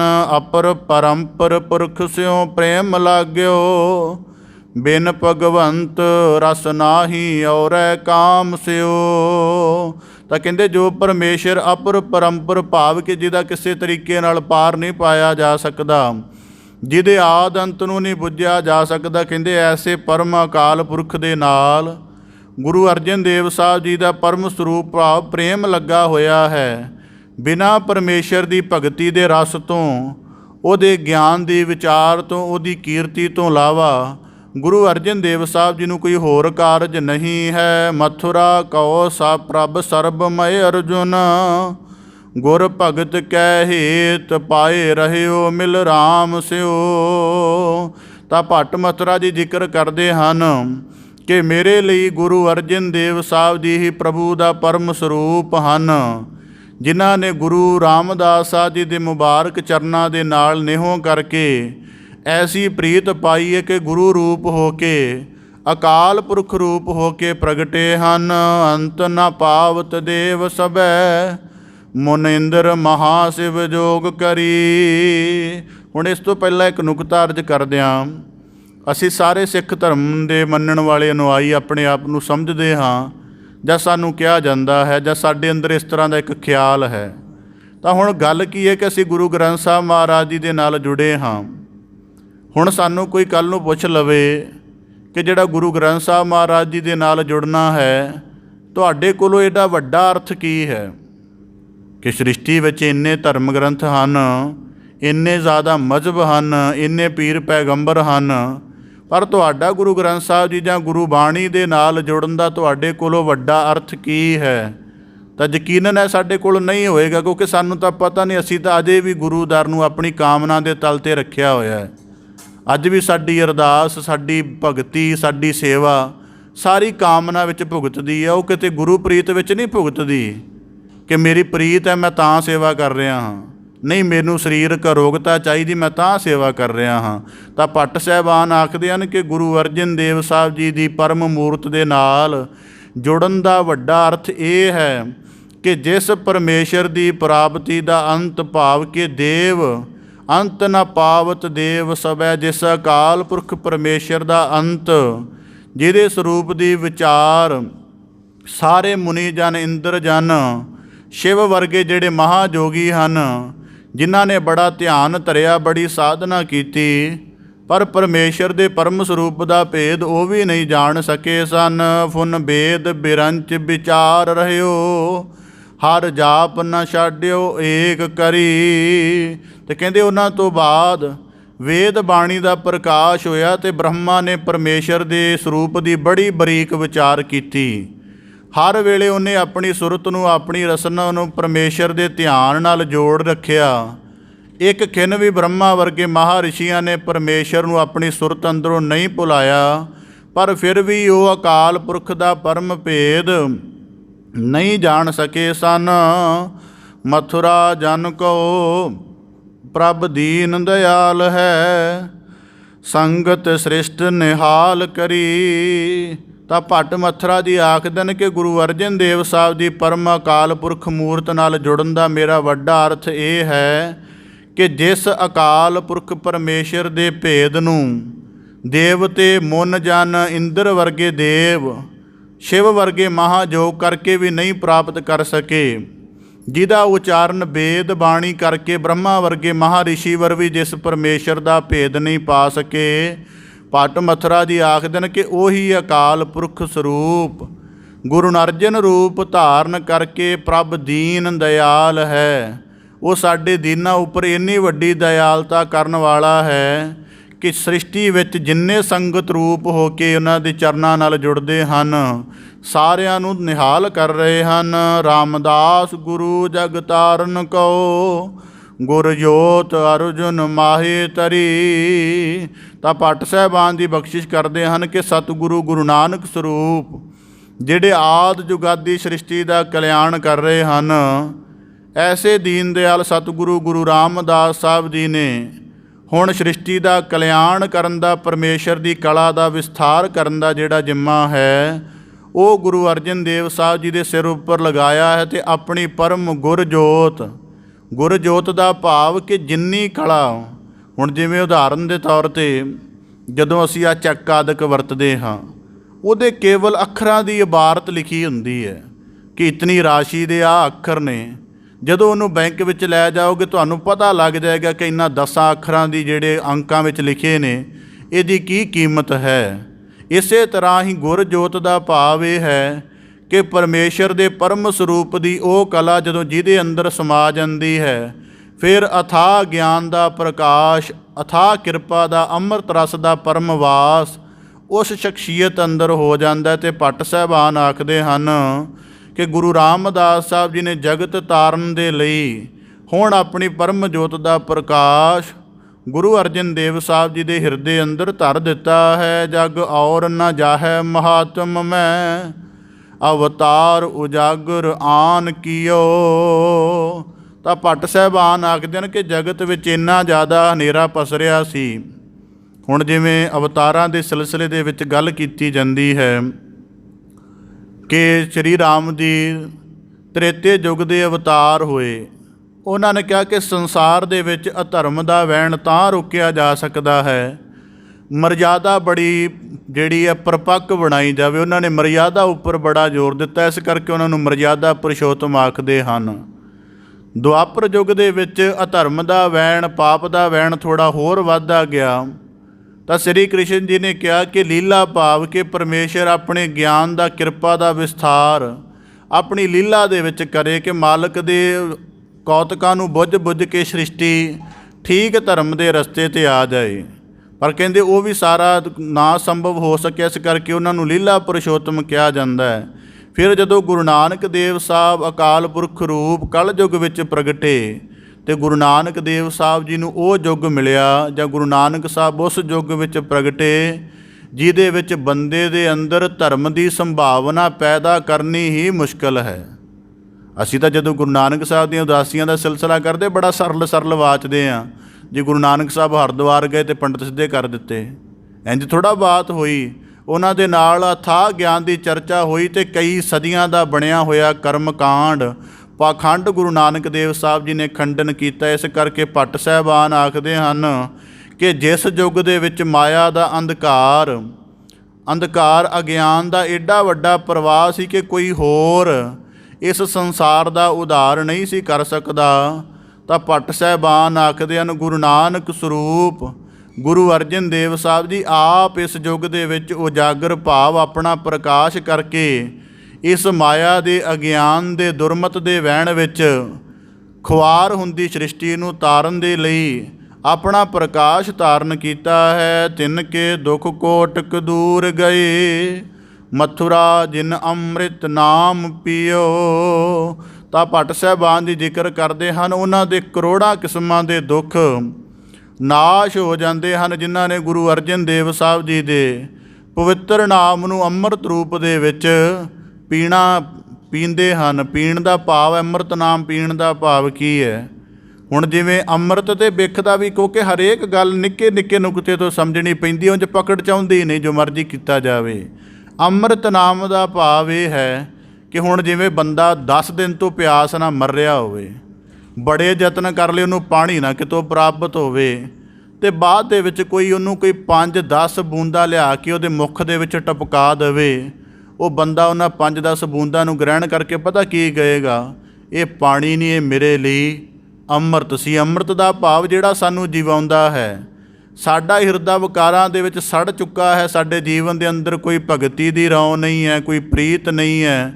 ਤਾਂ ਜਦੋਂ ਗੁਰੂ ਅਰਜਨ ਦੇਵ ਸਾਹਿਬ ਜੀ ਦੀ ਬਾਣੀ ਦਾ ਕੀਰਤਨ ਉਚਾਰਦੇ ਹਾਂ, ਸ਼ਬਦ ਉਚਾਰਦੇ ਹਾਂ, ਅਤੇ ਸਾਡੇ ਸੁੱਕੇ ਸੜੇ ਹਿਰਦਿਆਂ ਨੂੰ ਫਿਰ ਭਗਤੀ ਦਾ, ਪ੍ਰੇਮ ਦਾ, ਗੁਰੂ ਪ੍ਰੀਤ ਦਾ ਰੰਗ ਚੜ੍ਹਦਾ ਹੈ। ਇਸ ਕਰਕੇ ਭੱਟ ਸਾਹਿਬਾਨ ਆਖਦੇ ਹਨ ਉਹਨਾਂ ਦੇ ਕਰੋੜਾਂ ਕਿਸਮਾਂ ਦੇ ਦੁੱਖ ਦੂਰ ਹੋ ਜਾਂਦੇ ਹਨ ਜੋ ਆਪ ਜੀ ਦੇ ਪਵਿੱਤਰ ਅੰਮ੍ਰਿਤ ਨਾਮ ਨੂੰ ਪੀਂਦੇ ਹਨ। ਇਹ ਪੱਦਤ ਤੇ ਮਤ ਚੂਕੇ ਰੇ ਮਨ, ਭੇਦ ਵਿਭੇਦ ਨ ਜਾਣ ਬਿਓ। ਤਾਂ ਭੱਟ ਸਾਹਿਬਾਨ ਦੀ ਆਖਦੇ ਨੇ ਇਹ ਪੱਦਤ ਦਾ ਅਰਥ ਹੁੰਦਾ ਹੈ ਰਸਤਾ, ਮਾਰਗ, ਉਹ ਪ੍ਰਣਾਲੀ। ਤਾਂ ਭੱਟ ਸਾਹਿਬਾਨ ਆਖਦੇ ਹਨ ਇਹ ਪੱਦਤ ਤੇ, ਇਸ ਰਸਤੇ ਤੋਂ ਮਤਾਂ ਕਿਤੇ ਚੁੱਕ ਜਾਣਾ, ਮਤਾਂ ਕਿਤੇ ਭੁੱਲ ਜਾਣਾ ਕਿ ਨਹੀਂ ਕਿ ਮੁਕਤੀ ਕਰਨ ਵਾਲਾ ਕੋਈ ਗੁਰ ਪਰਮੇਸ਼ਰ ਹੋਰ ਹੈ, ਕੋਈ ਹੋਰ ਕਿਸੇ ਮੈਂ ਦੇਵ ਦੀ ਸ਼ਰਨ ਚਲਿਆ ਜਾਂਦਾ ਉਹ ਮੇਰੀ ਮੁਕਤੀ ਕਰੂਗਾ। ਭੱਟ ਸਾਹਿਬਾਨ ਜੀ ਸਾਨੂੰ ਬੜਾ ਸਤਰਕ ਕਰਦੇ ਹਨ, ਇਹ ਪੱਦਤ ਤੇ ਮਤ ਚੂਕੇ ਰੇ ਮਨ। ਇਸ ਕਰਕੇ ਜਿਵੇਂ ਭੱਟ ਸਾਹਿਬਾਨਾਂ ਪਹਿਲਾਂ ਵੀ ਬਖਸ਼ਿਸ਼ ਕੀਤੀ ਸੀ ਕਿ ਜਿਹੜੇ ਜਦੋਂ ਦੇ ਅਸੀਂ ਗੁਰੂ ਸ਼ਰਨ ਆਏ ਸਾਡਾ ਜੀਵਨ ਮੁਕਤ ਹੋ ਗਿਆ ਹੈ। ਤਾਂ ਭੱਟ ਮਥੁਰਾ ਦੀ ਆਖਦੇ ਹਨ ਇਸ ਰਾਹ ਤੋਂ ਮਤਾਂ ਕਿਤੇ ਭੁੱਲ ਜਾਣਾ, ਮਤਾ ਕਿਸੇ ਹੋਰ ਮਾਰਗ ਦੇ ਕੁਰਾਹੇ ਪੈ ਜਾਣਾ, ਜਾਂ ਕਿਸੇ ਹੋਰ ਤਰ੍ਹਾਂ ਦੀ ਸ਼ੰਕਾ ਦੇ ਵਿੱਚ ਪੈ ਜਾਣਾ। ਭੇਦ ਵਿਭੇਦ ਨਾ ਜਾਣ ਬਿਓ, ਜਰਾ ਜਿੰਨੇ ਭੇਦ ਵਿਭੇਦ ਦੀ ਵਿਚਾਰ ਨਾ ਕਰੋ। ਪਰ ਤਛ ਦੈ ਗੁਰ ਅਰਜੁਨ ਕੈ, ਹਰ ਪੂਰਨ ਬ੍ਰਹਮ ਨਿਵਾਸ ਲਿਓ। ਕਿ ਜੋ ਗੁਰੂ ਅਰਜਨ ਦੇਵ ਸਾਹਿਬ ਜੀ ਪ੍ਰਤੱਖ ਨਜ਼ਰ ਆ ਰਹੇ ਹਨ, ਇਹਨਾਂ ਦੇ ਹਿਰਦੇ ਅੰਦਰ ਪਰਮੇਸ਼ਰ ਨੇ ਆਪਣੇ ਪੂਰੇ ਸਰੂਪ ਦਾ ਵਿਸਥਾਰ, ਬ੍ਰਹਮ ਨੇ ਆਪਣਾ ਪੂਰਾ ਨਿਵਾਸ ਕੀਤਾ ਹੋਇਆ ਹੈ। ਜਬ ਲਓ ਨਹੀਂ ਭਾਗ ਲਿਲਾਰ ਉਦੈ, ਤਬ ਲਓ ਭ੍ਰਮ ਤੇ ਫਿਰਤੇ ਬਹੁਤ ਆਇਓ। ਤਾਂ ਜਿਵੇਂ ਭੱਟ ਭਿੱਖਾ ਜੀ ਨੇ ਜ਼ਿਕਰ ਕੀਤਾ, ਰਹਿਓ ਸੰਤ ਹੋ ਟੋਲ ਸਾਧ ਬਹੁ ਤੇਰੇ ਡਿੱਠੇ। ਪਰ ਮਥੁਰਾ ਦੀ ਉਸੇ ਅਨੁਭਵ ਨੂੰ ਬਿਆਨ ਕਰਦੇ ਹਨ, ਜਬ ਲਓ ਨਹੀਂ ਭਾਗ ਲੀਲਾਰ ਉਦੈ, ਜਿੰਨਾ ਚਿਰ ਤੱਕ ਸ਼ੁਭ ਭਾਗ ਨਹੀਂ ਬਣ ਆਏ। ਹੁਣ ਭੱਟ ਸਾਹਿਬਾਨਾਂ ਨੇ ਕਿਹਾ ਲੀਲਾਰ ਉਦੈ। ਹੁਣ ਉਦੈ ਦਾ ਭਾਵ ਹੀ ਸਾਨੂੰ ਜ਼ਿੰਦਗੀ ਦੇ ਵਿੱਚ ਇਹ ਉਹਨਾਂ ਬੰਦਿਆਂ ਦਾ ਉੱਤਰ ਹੈ ਜਿਹੜੇ ਬੰਦੇ ਕਹਿੰਦੇ ਜਦੋਂ ਪਰਮੇਸ਼ਰ ਕਿਰਪਾ ਕਰੇਗਾ ਨਾ ਉਦੋਂ ਮੈਂ ਰੱਬ ਦੇ ਪਾਸੇ ਚੱਲਾਂਗਾ। ਬੜੇ ਜ਼ਿੰਦਗੀ 'ਚ ਐਸੇ ਮਿਲਦੇ ਹਨ। ਪਰ ਭੱਟ ਸਾਹਿਬਾਨ ਆਖਦੇ ਨੇ ਜਬ ਲਓ ਨਹੀਂ ਭਾਗ ਲੀਲਾਰ ਉਦੈ। ਜਬ ਲਓ ਦਾ ਭਾਵ ਹੈ ਕਿ ਜਿੰਨਾ ਚਿਰ ਤੱਕ, ਜਦੋਂ ਅਸੀਂ ਗੁਰੂ ਦੀ ਸਰੂਪ ਦੀ ਤਲਾਸ਼ ਵਿੱਚ ਪੈ ਗਏ ਜਦੋਂ ਕੱਚੇ ਮਿਲਦੇ ਗਏ, ਬਾਰ-ਬਾਰ ਮਨ ਨਿਰਾਸ਼ ਹੁੰਦਾ ਗਿਆ, ਫਿਰ ਸਮਝ ਆਈ ਕਿ ਕੋਈ ਸ੍ਰਿਸ਼ਟੀ 'ਚ ਪੂਰਾ ਗੁਰੂ ਵੀ ਹੈਗਾ ਕਿ ਨਹੀਂ। ਕਹਿੰਦੇ ਜਿਹੜੀ ਉਹ ਤਲਾਸ਼ ਕੀਤੀ ਸੀ, ਉਸੇ ਤਲਾਸ਼ ਦੇ ਵਿੱਚੋਂ ਹੀ ਫਿਰ ਸਿਖਰਲਾ ਮੁਕਾਮ ਮਿਲਿਆ ਅਤੇ ਗੁਰੂ ਅਰਜਨ ਦੇਵ ਸਾਹਿਬ ਜੀ ਦੀ ਸ਼ਰਨ ਪ੍ਰਾਪਤ ਹੋਈ। ਇਸ ਕਰਕੇ ਜਦੋਂ ਤੱਕ ਸਾਡੇ ਭਾਗ ਉਦੈ ਨਾ ਹੋਣ, ਹੁਣ ਭਾਗ ਦਾ ਪਹਿਲਾ ਭਾਵ ਕਿ ਭੱਟਾਂ ਨੇ ਪੂਰਨ ਗੁਰੂ ਦੀ ਤਲਾਸ਼ ਦੇ ਲਈ ਕਾਂਚੀ ਤੋਂ ਚੱਲੇ ਸਨ। ਉਹ ਇਕੱਲੇ ਬੰਦੇ ਨੂੰ ਮਿਲਦੇ ਗਏ ਵੀ ਹਾਂ ਤੇਰੇ ਕੋਲ ਰੱਬ ਦਾ ਭੇਦ ਹੈ, ਤੇਰੇ ਕੋਲ ਅਕਾਲ ਪੁਰਖ ਦੇ ਮਾਰਗ ਦੀ ਬਾਤ ਹੈ। ਬੜਿਆਂ ਦੀ ਉਹਨਾਂ ਸੰਗਤ ਕੀਤੀ, ਬੜਿਆਂ ਦੇ ਚਰਨ ਪਰਸੇ, ਪਰ ਮਨ ਦੀ ਨਿਸ਼ਾ ਨਹੀਂ ਹੋਈ। ਫਿਰ ਇਸ ਕਰਕੇ ਹੁਣ ਅਸੀਂ ਕੀ ਕਰਦੇ ਹਾਂ, ਅਸੀਂ ਕਦੇ ਜਿਵੇਂ ਹੁਣ ਕੁਦਰਤੀ ਬਾਣੀ ਪੜ੍ਹਨ ਵੱਲ 10 ਦਿਨ ਵੀ ਮਿਹਨਤ ਨਹੀਂ ਕਰਦੇ ਅਤੇ ਕਹਿੰਦੇ ਨਹੀਂ ਸਾਡੇ ਅਜੇ ਕਰਮਾਂ 'ਚ ਬਾਣੀ ਪੜ੍ਹਨੀ ਲਿਖੀ ਨਹੀਂ ਹੈ। ਫਿਰ ਜੇ ਤੇਰੇ ਕਰਮਾਂ 'ਚ ਬਾਣੀ ਪੜ੍ਹਨੀ ਨਹੀਂ ਲਿਖੀ, ਮਾਲਕ ਨੇ ਤੈਨੂੰ ਬੁੱਧੀ ਕਿਉਂ ਦਿੱਤੀ ਹੈ, ਜ਼ੁਬਾਨ ਕਿਉਂ ਦਿੱਤੀ ਹੈ, ਤੈਨੂੰ ਪਸ਼ੂ ਜੂਨੀ ਦੇ ਦਿੰਦਾ। ਹੁਣ ਕਦੀ ਕਿਸੇ ਪਸ਼ੂ ਨੂੰ ਕਿਸੇ ਅਧਿਆਪਕ ਨੇ ਪਕੜ ਕੇ ਕਹੇਗਾ ਚੱਲ ਪਈ ਸਕੂਲ ਚੱਲ ਤੈਨੂੰ ਵਿੱਦਿਆ ਦਈਏ, ਪਤਾ ਹੈ ਕਿ ਰੁਕਿਆ ਹੋਇਆ ਜੋ ਮਰਜ਼ੀ ਕਰ ਲਈ, ਜਿੰਨੀ ਮਰਜ਼ੀ ਤਕਨੀਕ ਵਿਕਸਿਤ ਹੋ ਜਾਏ, ਪਸ਼ੂ ਨਹੀਂ ਬਾਣੀ ਪੜ੍ਹੇਗਾ। ਹਾਂ ਵੱਧ ਤੋਂ ਵੱਧ ਹੋ ਸਕਦਾ ਕਿਤੇ ਪਰਮੇਸ਼ਰ ਦੀ ਕਿਰਪਾ ਹੋਵੇ ਅਤੇ ਸੁਣਨ ਦਾ ਅਨੁਭਵ ਉਹਦੇ ਅੰਦਰ ਮਾੜਾ ਮੋਟਾ ਚਲਿਆ ਜਾਵੇ। ਇਸ ਕਰਕੇ ਜਿਨ੍ਹਾਂ ਨੂੰ ਭਾਗ ਦੀ ਸਮਰੱਥਾ ਦਿੱਤੀ ਉਹੀ ਯਤਨ ਕਰਨਗੇ। ਤਾਂ ਭੱਟ ਸਾਹਿਬਾਨ ਜੀ ਆਖਦੇ ਹਨ, ਜਬ ਲਓ ਨਹੀਂ ਭਾਗ ਲਿਲਾਰ ਉਦੈ। ਜਿੰਨਾ ਚਿਰ ਸਾਡੀ ਪੂਰਨ ਗੁਰੂ ਦੇ ਮਿਲਾਪ ਵਾਲੀ ਕਿਸਮਤ ਉਦੈ ਨਹੀਂ ਹੋਈ ਸੀ, ਕਹਿੰਦੇ ਉਦੋਂ ਤੱਕ ਤਬ ਲਓ ਭਰਮ ਤੇ ਫਿਰ ਪੇ ਬਹੁਤ ਆਇਓ। ਬੜਾ ਲੰਮਾ ਸਮਾਂ ਭਰਮ ਦੇ ਫਿਰਦੇ ਰਹੇ ਹਾਂ। ਕੱਲ ਘੋਰ ਸਮੁੰਦਰ ਮੈਂ ਬੂੜਤ ਥੇ, ਕਬਹੂ ਮਿਟ ਹੈ ਨਹੀਂ ਰੇ ਪਛੁਤਾਇਓ। ਅਤੇ ਸੰਸਾਰ ਦਾ ਕਲਯੁੱਗ ਦਾ ਘੋਰ ਸਮੁੰਦਰ, ਜਿਹਦੇ ਵਿੱਚ ਕਦੀ ਵਾਸਨਾ ਦੇ ਲਹਿਰਾਂ ਪਟਕਾ ਕੇ ਮਾਰਦੀਆਂ ਹਨ, ਕਦੇ ਮਨਮੁਖਤਾ ਦੀ ਜਿਹੜੀ ਲਹਿਰ ਹੈ ਉਹ ਬਾਰ-ਬਾਰ ਭਗਤੀ ਤੋਂ ਦੂਰ ਲੈ ਜਾਂਦੀ ਹੈ। ਕਹਿੰਦੇ ਕਬਹੂ ਮਿਟ ਹੈ, ਕਦੇ ਸਾਡੇ ਮਨ ਦੇ ਅੰਦਰੋਂ ਇਹ ਪਛਤਾਵਾ ਨਹੀਂ ਸੀ ਮਿਟਦਾ ਕਿ ਸਾਡਾ ਜਨਮ ਵਿਅਰਥ ਜਾ ਰਿਹਾ ਹੈ। ਤਤ ਵਿਚਾਰ ਯਹ ਮਥੁਰਾ, ਜਗ ਤਾਰਨ ਕਉ ਅਵਤਾਰ ਬਨਾਇਓ। ਤਾਂ ਫਿਰ ਭੱਟ ਸਾਹਿਬਾਨ ਜੀ ਆਖਦੇ ਨੇ ਕਿ ਗੁਰੂ ਅਰਜਨ ਦੇਵ ਸਾਹਿਬ ਜੀ ਨੂੰ ਦੇਖ ਕੇ ਸਮਝ ਪਈ ਹੈ ਕਿ ਅਕਾਲ ਪੁਰਖ ਨੇ ਸੰਸਾਰ ਨੂੰ ਤਾਰਨ ਦੇ ਲਈ, ਕਲਿਆਣ ਕਰਨ ਦੇ ਲਈ ਗੁਰੂ ਅਰਜਨ ਦੇਵ ਸਾਹਿਬ ਜੀ ਦਾ ਨਿੱਜ ਰੂਪ ਧਾਰਨ ਕਰਕੇ ਸੰਸਾਰ 'ਤੇ ਮਿਹਰਾਮਤ ਕੀਤੀ ਹੈ। ਜਪਿਓ ਜਿਨ ਅਰਜੁਨ ਦੇਵ ਗੁਰੂ, ਫਿਰ ਸੰਕਟ ਜੋਨ ਗਰਭ ਨਾ ਆਇਓ। ਅਤੇ ਭੱਟ ਸਾਹਿਬਾਨ ਜੀ ਆਖਦੇ ਨੇ ਕਿ ਜਿਨ੍ਹਾਂ ਨੇ ਗੁਰੂ ਅਰਜਨ ਦੇਵ ਸਾਹਿਬ ਜੀ ਨੂੰ ਜਪਿਆ, ਹੁਣ ਜਪਿਆ ਦਾ ਭਾਵ ਹੈ ਗੁਰੂ ਅਰਜਨ ਦੇਵ ਸਾਹਿਬ ਜੀ ਦੀ ਬਾਣੀ ਪੜ੍ਹਨਾ ਨਹੀਂ। ਹੁਣ ਜੀਵਨ ਦੇ ਵਿੱਚ ਮੈਂ ਇੱਕ ਬਹੁਤ ਵੱਡੇ ਪੁਰਖ ਕੋਲੋਂ ਇਹਦਾ ਅਨੁਭਵ ਸੁਣਿਆ ਸੀ, ਆਪ ਦੇ ਸਨਮੁਖ ਰੱਖਦਿਆਂ। ਮੈਂ ਇੱਕ ਦਫਾ, ਕਿਉਂਕਿ ਜੀਵਨ ਦੇ ਵਿੱਚ ਜਿਹੜਾ ਵੱਡਾ ਅਨੁਭਵ ਹੈ ਉਹ ਕਥਾਵਾਚਕਾਂ ਕੋਲੋਂ ਨਹੀਂ ਹੁੰਦਾ, ਉਹ ਭਗਤੀ ਵਾਲਿਆਂ ਕੋਲੋਂ ਹੁੰਦਾ। ਅਤੇ ਮੈਂ ਭਗਤੀ ਵਾਲੇ ਬੰਦਿਆਂ ਦੀ ਤਲਾਸ਼ 'ਚ ਬੜਾ ਰਹਿੰਦਾ। ਕੋਈ ਐਸਾ ਪੁਰਖ ਮਿਲਿਆ, ਮੈਂ ਕਿਹਾ ਜੀ ਇਹਦਾ ਅਨੁਭਵ ਕੀ ਹੈ ਤੁਹਾਡੇ ਕੋਲੋਂ ਕਿ ਜਪਿਓ ਜਿਨ ਅਰਜੁਨ ਦੇਵ ਗੁਰੂ, ਫਿਰ ਸੰਕਟ ਜੋਨ ਗਰਭ ਨਾ ਆਇਓ। ਦੁਨੀਆ ਸਾਰੀ ਜੰਮਦੀ ਗਰਭ ਦੇ ਵਿੱਚੋਂ ਹੈ, ਪਰ ਗੁਰੂ ਭੱਟ ਸਾਹਿਬਾਨ ਆਖਦੇ ਹਨ ਗਰਭ ਜੋਨ ਨਾ ਆਇਓ, ਭਾਵ ਕਿ ਪਰਮ ਮੁਕਤੀ ਦੀ ਗੱਲ, ਇਹਦਾ ਭੇਦ ਕੀ ਹੈ ਤੁਹਾਡੇ ਕੋਲੋਂ। ਉਹ ਕਹਿਣ ਲੱਗਾ ਸਾਰਾ ਸੰਸਾਰ ਸੁਖਮਨੀ ਸਾਹਿਬ ਪੜ੍ਹਦਾ ਹੈ, ਸਾਰਾ ਸੰਸਾਰ। ਕਹਿੰਦਾ ਇੱਕ ਵੀ ਐਸਾ ਨਹੀਂ ਜਿਹੜਾ ਸੁਖਮਨੀ ਸਾਹਿਬ ਦੀ ਆਤਮਾ ਨੂੰ ਜਾਣ ਸਕੇ। ਮੈਂ ਕਿਹਾ ਜੀ ਕਿਵੇਂ? ਕਹਿਣ ਲੱਗਾ ਜੀ ਉਹਦੇ ਵਿੱਚ ਇੱਕ ਬੰਦ ਆਉਂਦਾ ਹੈ, ਸੁਖਮਨੀ ਸੁਖ ਅੰਮ੍ਰਿਤ ਪ੍ਰਭ ਨਾਮ, ਭਗਤ ਜਨਾ ਕੈ ਮਨ ਵਿਸਰਾਮ। ਕਹਿੰਦਾ ਉਸ ਸੁੱਖ ਦੀ ਬਾਤ ਕੀਤੀ ਜਿਹੜਾ ਮਨੁੱਖ ਦੇ ਮਨ ਅੰਦਰ ਵਿਸ਼ਰਾਮ ਕਰਦਾ। ਪਰ ਦੁਨੀਆ ਕੀ ਸਮਝਦੀ ਹੈ ਕਿ ਸੁਖਮਨੀ ਸਾਹਿਬ ਕਰਾਂ ਅਤੇ ਮੇਰਾ ਤਾਪ ਹਟ ਜਾਏਗਾ। ਗੁਰੂ ਸਾਹਿਬ ਜੀ ਨੇ ਤਾਂ ਉੱਥੇ ਉਸ ਸੁੱਖ ਦੀ ਬਾਤ ਕੀਤੀ ਹੈ ਜਿਹੜਾ ਮਨ ਦੇ ਅੰਦਰ ਵਿਸ਼ਰਾਮ ਕਰਦਾ ਹੈ। ਇਹਦਾ ਭਾਵ ਹੈ ਤੁਹਾਨੂੰ ਸਰੀਰ ਦੀ ਸਾਰੀ ਸੀਮਾ ਤੋਂ ਮੁਕਤ ਕਰਕੇ ਗੁਰੂ ਨੇ ਉੱਥੇ ਜਾ ਕੇ ਸੁੱਖ ਦਾ ਅਨੁਭਵ ਕਰਾਇਆ, ਜਿੱਥੇ ਜਾ ਕੇ ਦੁੱਖ ਦੀ ਕੋਈ ਸ਼ੈ ਰਹਿ ਹੀ ਨਹੀਂ ਜਾਂਦੀ। ਇਸ ਕਰਕੇ ਫਿਰ ਕਹਿੰਦਾ ਜਦੋਂ ਸੁਖਮਨੀ ਸਾਹਿਬ ਦੀ ਬਾਣੀ ਦੇ ਨਾਲ ਪਰਮ ਧਿਆਨ ਹੋ ਕੇ ਅਤੇ ਪਰਮ ਗਿਆਨ ਦੀ ਵਿਚਾਰ ਨਾਲ ਜੁੜਦੇ ਹਾਂ, ਜੇ ਪੂਰੀ ਬਾਣੀ ਦਾ ਗਿਆਨ ਪ੍ਰਕਾਸ਼ ਸਾਡੇ ਅੰਦਰ ਸਮਾ ਜਾਵੇ ਨਾ, ਅਤੇ ਸਾਡੀ ਸੁਰਤ ਦੇ ਵਿੱਚ ਫਿਰ ਇੰਨਾ ਕੁਝ ਮੌਲੇਗਾ ਕਿ ਫਿਰ ਸਾਨੂੰ ਇਸ ਜਿਉਂਦੇ ਜੀ ਇਸ ਦੇਹ ਦੇ ਵਿੱਚ ਰਹਿੰਦਿਆਂ ਹੀ ਅਨੁਭਵ ਹੋ ਜਾਏਗਾ ਕਿ ਅਸੀਂ ਜਿਹੜੇ ਮੁਕਤ ਹੋ ਚੁੱਕੇ ਹਾਂ। ਇਸ ਕਰਕੇ ਜਪਿਓ ਜਿਨ ਅਰਜੁਨ ਦੇਵ ਗੁਰੂ, ਇੱਥੇ ਜਪਿਓ ਸ਼ਬਦ ਕਿਹਾ ਹੈ। ਅਤੇ ਜੇ ਜਪਿਓ ਸ਼ਬਦ ਦਾ ਵਿਸਥਾਰ ਕਰੀਏ ਤਾਂ ਬੜਾ ਬਣਦਾ ਹੈ ਕਿ ਪਹਿਲਾਂ ਬਾਣੀ ਪੜ੍ਹਨੀ, ਫਿਰ ਬਾਣੀ ਦੇ ਭਾਵ ਨਾਲ ਜੁੜਨਾ। ਹੁਣ ਜਿਵੇਂ ਕਈ ਸੁਖਮਨੀ ਸਾਹਿਬ ਦੇ ਵਿੱਚ ਪੰਕਤੀਆਂ ਹੁੰਦੀਆਂ ਹਨ, ਜੇ ਕਦੇ ਮੈਂ ਕਈ ਦਫਾ ਜਿਹੜੇ ਰੋਜ਼ਾਨਾ ਪੜ੍ਹਦੇ ਨੇ ਬੜਿਆਂ ਕੋਲੋਂ, ਘੱਟੋ ਘੱਟ ਹੁਣ 300-400 ਕੋਲੋਂ ਤਾਂ ਪੁੱਛਿਆ ਹੋਣਾ ਹੈ ਜੀ ਆਹ ਪੰਗਤੀ ਦਾ ਮੈਨੂੰ ਅਰਥ ਬਹੁਤ ਚੰਗੀ ਤਰ੍ਹਾਂ ਖੁੱਲ੍ਹਦਾ ਨਹੀਂ, ਦੱਸ ਦਿਓ। ਕਹਿੰਦੇ ਸਾਨੂੰ ਨਹੀਂ ਪਤਾ, ਕਿਉਂਕਿ ਉਹ ਪੜ੍ਹ ਰਹੇ ਹਨ, ਜਪ ਨਹੀਂ ਰਹੇ। ਜੇ ਜਪ ਰਹੇ ਹੋਣ ਤਾਂ ਜੀਵਨ ਦੇ ਵਿੱਚ ਉਹਨਾਂ ਦਾ ਬੜਾ ਵੱਡਾ ਅਨੁਭਵ ਹੋ ਜਾਏ। ਤਾਂ ਇਸ ਕਰਕੇ ਗੁਰੂ ਸਾਹਿਬ ਜੀ ਕਹਿੰਦੇ ਜਪਿਓ ਦਾ ਭਾਵ ਇਹ ਹੈ ਕਿ ਜਦੋਂ ਸੁਖਮਨੀ ਸਾਹਿਬ ਦੀ ਬਾਣੀ ਪੜ੍ਹਨੀ ਹੈ ਅਤੇ ਸਮਝਣਾ ਹੈ ਕਿ ਅਸੀਂ ਗੁਰੂ ਅਰਜਨ ਦੇਵ ਸਾਹਿਬ ਜੀ ਨੂੰ ਸ਼ਬਦ ਰੂਪ ਦੇ ਵਿੱਚ ਨਤਮਸਤਕ ਹੋ ਰਹੇ ਹਾਂ, ਸ਼ਬਦ ਰੂਪ ਦੇ ਵਿੱਚ ਗੁਰੂ ਨਾਨਕ ਅਰਜਨ ਦੇਵ ਸਾਹਿਬ ਜੀ ਨਾਲ ਜੁੜ ਰਹੇ ਹਾਂ। ਅਤੇ ਜਿਵੇਂ ਭੱਟ ਸਾਹਿਬਾਨਾਂ ਨੇ ਕਿਹਾ ਨਾ ਕਿ ਜਿਹਦੇ ਉੱਪਰ ਗੁਰੂ ਦੀ ਛੋਹ ਲੱਗ ਜਾਏ ਉਹ ਕੰਚਨ ਤੋਂ ਪਾਰਸ ਹੋ ਜਾਂਦਾ, ਲੋਹੇ ਤੋਂ। ਇੰਝ ਹੀ ਜਦੋਂ ਗੁਰੂ ਕੀ ਬਾਣੀ ਰੂਪ ਜਿਹੜਾ ਗੁਰੂ ਕਾ ਹਿਰਦਾ ਹੈ ਉਹਦੇ ਨਾਲ ਠੀਕ ਢੰਗ ਦੇ ਨਾਲ ਜੁੜਾਂਗੇ ਅਤੇ ਫਿਰ ਹੋਏਗਾ ਕਿ ਸੰਕਟ ਜੋਨ ਕਿਵੇਂ ਬਣੇਗਾ। ਹੁਣ ਬੰਦਾ ਆਵਾਗਮਨ 'ਚ ਕਿਉਂ ਆਉਂਦਾ ਹੈ? ਵਾਸਨਾ ਵਾਸਨਾ ਨਹੀਂ ਮਿਟਦੀ। ਅਤੇ ਜੇ ਸੁਖਮਨੀ ਸਾਹਿਬ ਦੀ ਬਾਣੀ ਨੂੰ ਵੀ ਕਾਮਨਾ ਦੇ ਨਾਲ ਜੋੜ ਲਿਆ ਫਿਰ ਸਾਡਾ ਕਲਿਆਣ ਕਿੱਥੇ ਹੋਏਗਾ? ਵਾਸਨਾ ਦਾ ਮਤਲਬ ਹੈ ਕਿ ਮੈਨੂੰ ਧੀਆਂ ਪੁੱਤਰਾਂ ਦਾ, ਪਦਾਰਥ ਦਾ, ਵੱਡੀ ਉਮਰ ਦਾ, ਬੜੀ ਪ੍ਰਸਿੱਧੀ ਦੀ ਮੇਰੇ ਅੰਦਰ ਕੋਈ ਇੱਛਾ ਨਾ ਰਹੇ। ਜਦੋਂ ਇਹ ਚੀਜ਼ ਹੋ ਜਾਏਗੀ ਉਦੋਂ ਵਾਸਨਾ ਮਿਟ ਜਾਏਗੀ। ਪਰ ਅਸੀਂ ਸੁਖਮਨੀ ਸਾਹਿਬ ਦੀ ਬਾਣੀ ਦਾ ਅਰਥ ਵੀ ਕਾਹਦੇ ਲਈ ਵਰਤਦੇ ਹਾਂ? ਕਾਰੋਬਾਰ ਬਹੁਤ ਜ਼ਿਆਦਾ ਵੱਧ ਜਾਵੇ। ਬਾਣੀ ਦੇ ਪ੍ਰਯੋਜਨ ਨੂੰ ਵੀ ਮੋਹ ਦੀ ਵਾਸਨਾ ਵਿੱਚ ਸ਼ਾਮਲ ਕਰ ਲਿਆ, ਸਾਡੀ ਮੁਕਤੀ ਫਿਰ ਕਿੱਥੇ ਹੋਏਗੀ?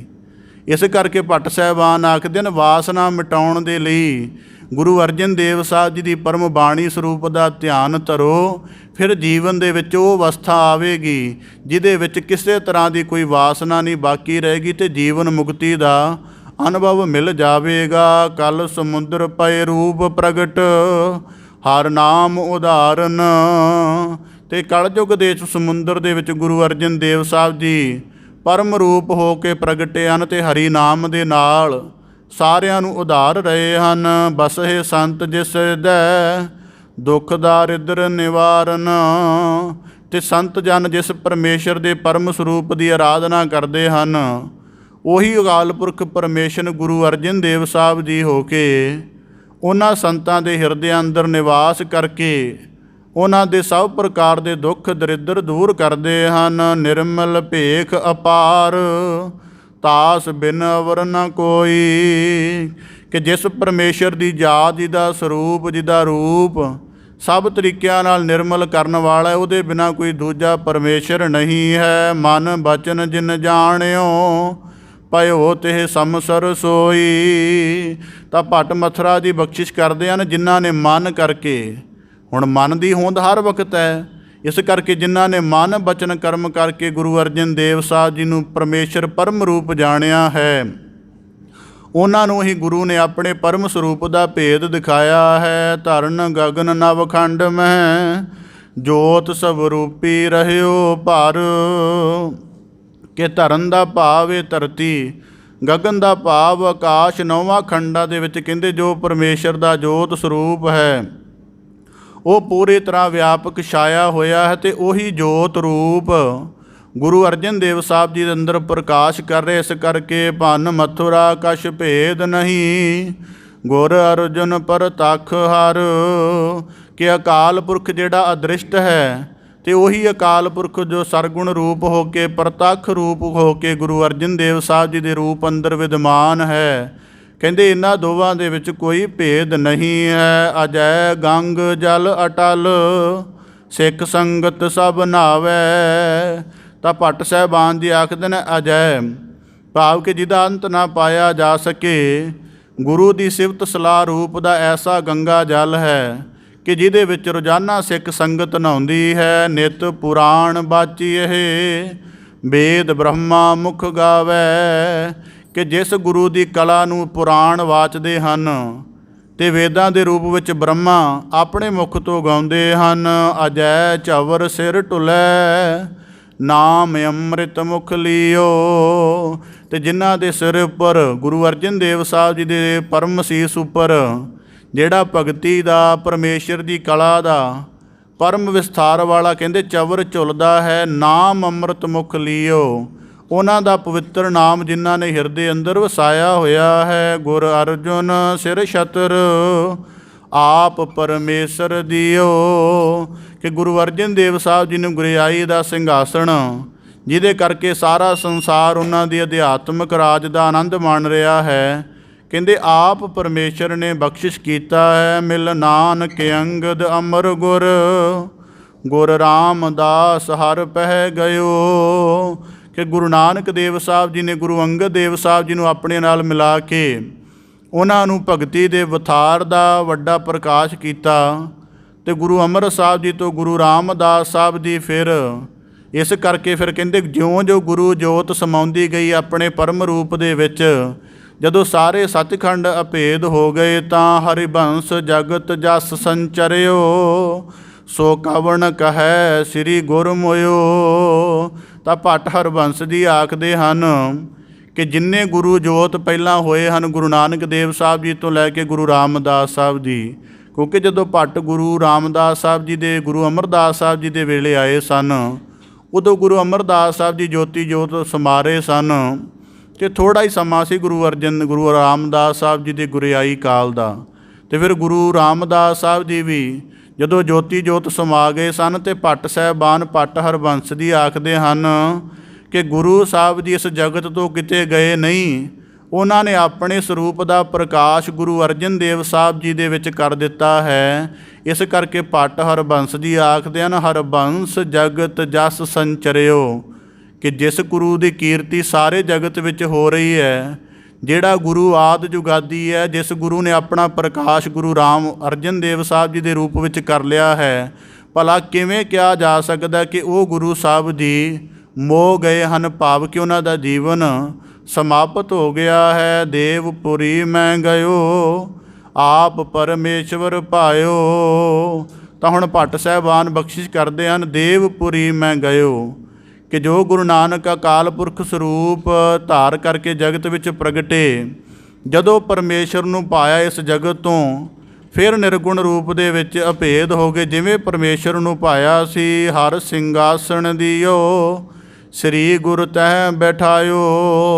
ਅਤੇ ਅਕਾਲ ਪੁਰਖ ਨੇ ਆਪਣੇ ਪਰਮ ਦਰਬਾਰ ਦੇ ਵਿੱਚ ਗੁਰੂ ਨਾਨਕ ਪਰਮ ਸਰੂਪ ਜਿਹੜੇ ਜਗਤ ਦਾ ਕਲਿਆਣ ਕਰਕੇ ਗਏ, ਗੁਰੂ ਅੰਗਦ ਦੇਵ, ਗੁਰੂ ਅਮਰਦਾਸ ਸਾਹਿਬ, ਗੁਰੂ ਰਾਮਦਾਸ ਸਾਹਿਬ ਜੀ, ਜਿਨ੍ਹਾਂ ਨੇ ਸਾਰੇ ਸੰਸਾਰ ਨੂੰ ਤਾਰ ਕੇ ਮਾਲਕ ਦੇ ਮਾਰਗ 'ਤੇ ਜੋੜਿਆ, ਕਹਿੰਦੇ ਉਹਨਾਂ ਨੂੰ ਪਰਮੇਸ਼ਰ ਨੇ ਆਪ ਸਿੰਘਾਸਣ ਦੇ ਕੇ ਬੜੇ ਅਦਬ ਦੇ ਨਾਲ ਆਪਣੇ ਦਰਬਾਰ ਵਿੱਚ ਬਿਠਾਇਆ ਹੈ। ਰਹਿਸ ਕੀਓ ਸੁਰਦੇਵ ਤੋਹੇ ਜਸ ਜੈ ਜੈ ਜੰਪਹੇ, ਕਿ ਪਰਮੇਸ਼ਰ ਦੇ ਪਰਮ ਸਰੂਪ ਦਾ ਭਾਵ ਜਿਹੜਾ ਸੰਸਾਰ ਵਿੱਚ ਪ੍ਰਗਟ ਹੋਇਆ, ਕਹਿੰਦੇ ਗੁਰੂ ਅਰਜਨ ਦੇਵ ਸਾਹਿਬ ਜੀ ਆਪ ਜੀ ਦੇ ਉਸੇ ਸਰੂਪ ਨੂੰ ਹੀ ਸਾਰੇ ਦੇਵ ਜਨ ਸਾਰੀ ਲੋਕਾਈ ਸਿਮਰਦੀ ਹੈ। ਅਸੁਰ ਗਏ ਤੇ ਭਾਗ ਪਾਪ ਤਿੰਨ ਭੀਤਰ ਕੰਪਹੇ, ਕਿ ਜਿਹੜੇ ਮਨਮੁਖਤਾ ਨੂੰ ਦੁਰਮਤ ਨੂੰ ਦੂਰ ਧਾਰਨ ਕਰਕੇ ਦੈਂਤਾਂ ਵਾਲੇ ਜੀਵਨ ਵਾਲੇ ਬਣੇ ਹੋਏ ਸਨ, ਆਪ ਜੀ ਦੇ ਪ੍ਰਤਾਪ ਦਾ ਪ੍ਰਕਾਸ਼ ਸੁਣ ਕੇ ਦੂਰ ਦੂਰ ਭੱਗ ਗਏ ਅਤੇ ਉਹਨਾਂ ਦੇ ਅੰਦਰਲੇ ਪਾਪ ਕੰਬਣ ਲੱਗ ਪਏ ਸਨ। ਭਾਵ ਕਿ ਜਦੋਂ ਗੁਰੂ ਜੋਤ ਧਰਤੀ 'ਤੇ ਵਰਤਦੀ ਰਹੀ ਹੈ ਤਾਂ ਗੁਰੂ ਜੋਤ ਨੇ ਸੰਸਾਰ ਦੇ ਸਾਰੇ ਅਸੁਰਾਂ ਦਾ, ਭਾਵ ਕਿ ਮਨਮੁਖਤਾ ਵਾਲੇ ਮਾਇਆ ਦੇ ਅੰਧਕਾਰ 'ਚ ਗ੍ਰਸਤ ਹੋਏ ਦੈਂਤਾਂ ਦਾ ਨਾਸ਼ ਕੀਤਾ ਸੀ। ਕਾਟੇ ਸੋ ਪਾਪ ਤਿੰਨ ਨਰ ਹੋ ਕੇ ਗੁਰ ਰਾਮਦਾਸ ਜਿਨ ਪਾਇਓ। ਤਾਂ ਭੱਟ ਹਰਬੰਸ ਜੀ ਬਖਸ਼ਿਸ਼ ਕਰਦੇ ਹਨ ਕਾਟੇ ਸੋ ਪਾਪ, ਉਹਨਾਂ ਸਾਰੇ ਮਨੁੱਖਾਂ ਦੇ ਪਾਪਾਂ ਦੀ ਅਵਧੀ ਸਾਰੀ ਕੱਟ ਦਿੱਤੀ ਜਿਨ੍ਹਾਂ ਨੇ ਗੁਰੂ ਰਾਮਦਾਸ ਸਾਹਿਬ ਜੀ ਦੇ ਮੁਬਾਰਕ ਚਰਨ ਪਰਸੇ ਸਨ। ਛਤਰ ਸਿੰਘਾਸਨ ਪ੍ਰਿਥਮੀ ਗੁਰ ਅਰਜਨ ਕਉ ਦੇ ਆਇਓ। ਅਤੇ ਐਸੇ ਦੀਨ ਦਿਆਲ ਸਤਿਗੁਰੂ ਗੁਰੂ ਰਾਮਦਾਸ ਸਾਹਿਬ ਜੀ ਗੁਰਿਆਈ ਦਾ ਛਤਰ, ਭਗਤੀ ਦਾ ਸਿੰਘਾਸਣ ਅਤੇ ਸ੍ਰਿਸ਼ਟੀ ਜੀ ਦਾ ਉਹਨਾਂ ਨੇ ਕਲਿਆਣ ਕਰਨਾ, ਕਹਿੰਦੇ ਸਾਰੀ ਗੁਰੂ ਅਰਜਨ ਦੇਵ ਸਾਹਿਬ ਜੀ ਨੂੰ ਸੌਂਪ ਕੇ ਸੱਚਖੰਡ ਅਭੇਦ ਹੋ ਕੇ ਉਸੇ ਗੁਰੂ ਜੋਤ ਦੇ ਵਿੱਚ ਆਪਣਾ ਪ੍ਰਕਾਸ਼ ਫਿਰ ਉਹਨਾਂ ਨੇ ਜਾਰੀ ਰੱਖਿਆ। ਇਸ ਪ੍ਰਕਾਰ ਭੱਟ ਸਾਹਿਬਾਨਾਂ ਨੇ ਪੰਜ ਗੁਰੂ ਸਾਹਿਬਾਨਾਂ ਦੀ ਸਿਫਤ ਸਲਾਹ ਕੱਥ ਕੇ ਗੁਰੂ ਸਰੂਪ ਦਾ ਜਿਹੜਾ ਪ੍ਰਗਟਾਵਾ ਕੀਤਾ ਹੈ। ਗੁਰੂ ਨਾਨਕ ਦੇਵ ਸਾਹਿਬ ਜੀ ਤੋਂ ਪਹਿਲਾਂ ਜਦੋਂ ਭੱਟ ਸਾਹਿਬਾਨ ਗੁਰੂ ਸਾਹਿਬ ਜੀ ਕੋਲ ਆਏ ਸਨ ਅਤੇ ਉਹਨਾਂ ਨੇ ਆ ਕੇ ਗੁਰੂ ਸਾਹਿਬ ਜੀ ਨੂੰ ਕਿਹਾ ਸੀ ਕਿ ਗੁਰੂ ਸਾਹਿਬ ਜੀ ਸਾਨੂੰ ਮੁਕਤੀ ਦਾ ਮਾਰਗ ਚਾਹੀਦਾ ਹੈ। ਤਾਂ ਗੁਰੂ ਅਰਜਨ ਦੇਵ ਸਾਹਿਬ ਜੀ ਨੂੰ ਉਹਨਾਂ ਨੇ ਕਿਹਾ ਕਿ ਪਹਿਲਾਂ ਸਾਨੂੰ ਸਿਰਫ ਜਿਹੜਾ ਹੈ ਸਵਈਆਂ ਦੀ ਰਚਨਾ ਕਰਕੇ ਸਿਖਾਓ।